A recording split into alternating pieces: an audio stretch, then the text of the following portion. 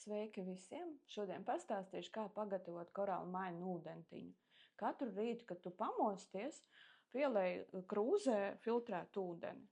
Te ir 2/3 bišķiņu mazāk ūdentiņš, un mums vajadzētu ūdeni atšķaidīt ar karstu. Tad 1/3 karstais.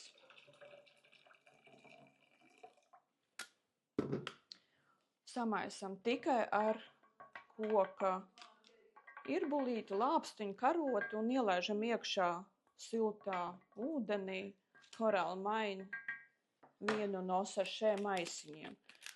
Sagaidām 5 minūtes, kad paiet 5 minūtes, iedomāsimies, ka pagāja, mēs liejam krūzītē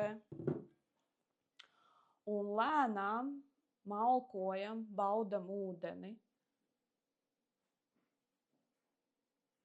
Nedzeram strauji, lēnām dzeram, daram savus rīta darbiņus un lēnītiem dzeram. Tukšā dušā būtu vēlams izdzert 640 mg ūdeni.